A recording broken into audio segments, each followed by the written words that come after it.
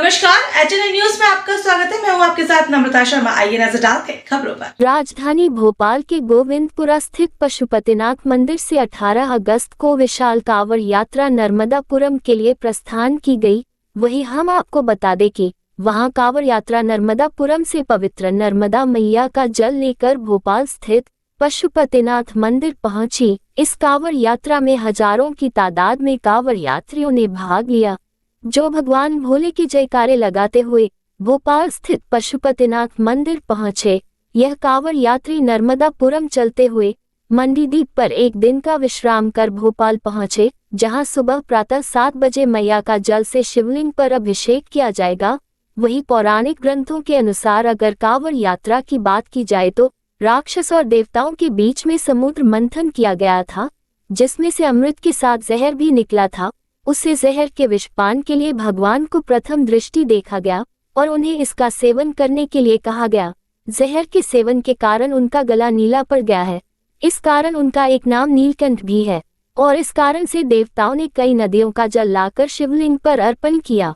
इस कारण उनका एक नाम नीलकंठ भी है और इस कारण से देवताओं ने कई नदियों का जल लाकर शिवलिंग पर अर्पण किया। अगर दूसरे उल्लेख की बात की जाए तो परशुराम ने भी भगवान शंकर के शिवलिंग पर गंगाजल से शिव अभिषेक किया था। कहा जाता है कि श्रवण मास के माह में कांवड़ यात्रा का महत्व श्रद्धा भक्ति के साथ अत्यधिक लाभदायक और फलदायी होता है। इसलिए हर शिव भक्त भगवान शंकर को प्रसन्न करने के लिए जाता है और भक्ति में लीन होने के साथ प्रसन्न करने का प्रयास करता है।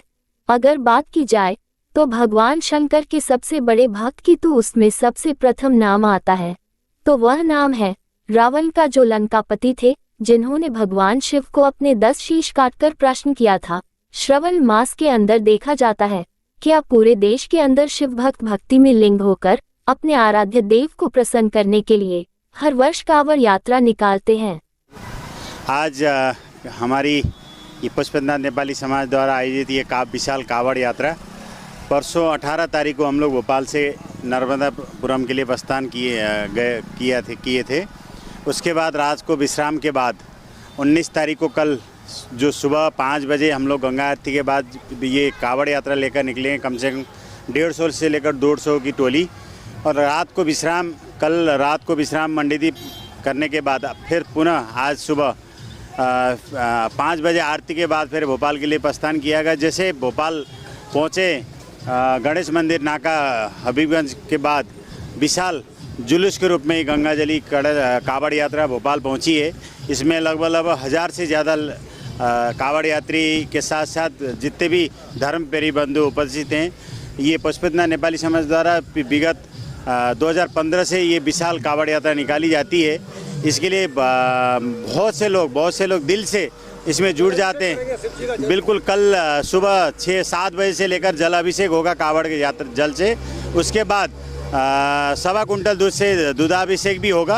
आप सब आइए, मैं आप लोगों को आमंत्रित करता हूँ। विशाल इस जुलूस में शामिल हो जाइए और कल जलाभिषेक और रुद्राभिषेक में आप शामिल हो जाइएगा।